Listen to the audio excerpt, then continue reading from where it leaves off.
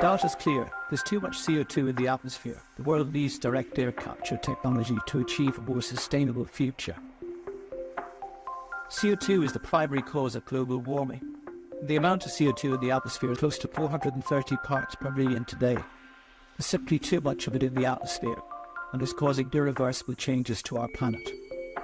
2023 was the hottest year on record. It's very likely that 2024 will see us exceed 1.5 degrees Celsius above pre-industrial levels. That's the target global leaders pledged to try and prevent happening in 2015. We need to take action, and we need to do it quickly. Firstly, we need to do everything that we can to reduce CO2 emissions to the atmosphere. That alone will not be sufficient. We also need to remove CO2 that's already in the atmosphere, and those future emissions that continue to be emitted year on year.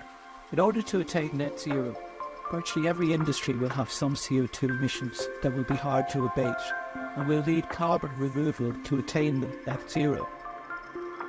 However, there are certain industries where CO2 emissions are unavoidable, and will continue to be so for some time. These include the heavy transportation sectors like aviation and shipping.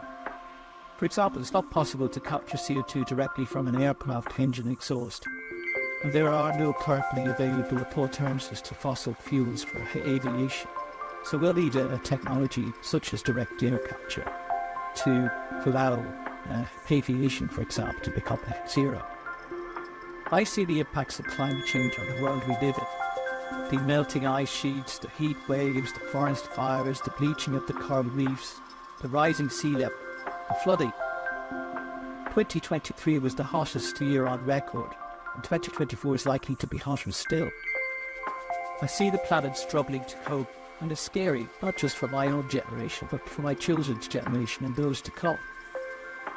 I'm fortunate enough to have the training and skills to help solve this problem. I feel it's incumbent on me to do all that I can to make a difference, to help this planet become habitable for future generations. We have the technology and the team to make a real difference in the battle against climate change. I love the challenge of working with a great team of people every day with the aim of putting our technology to work in combating climate change.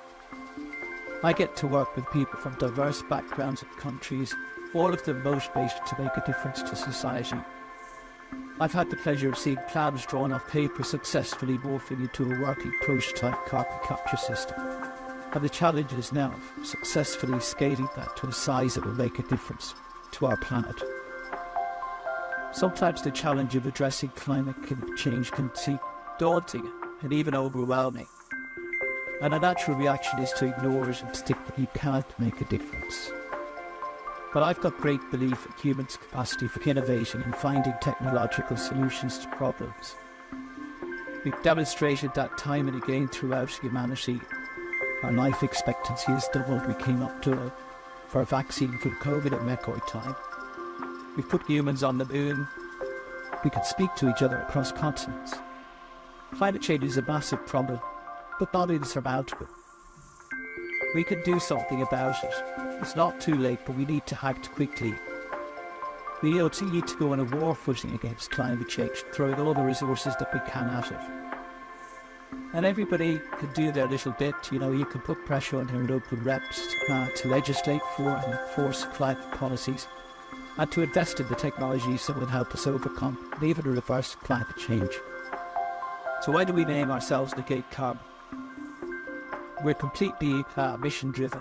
We're driven to help society curb emissions.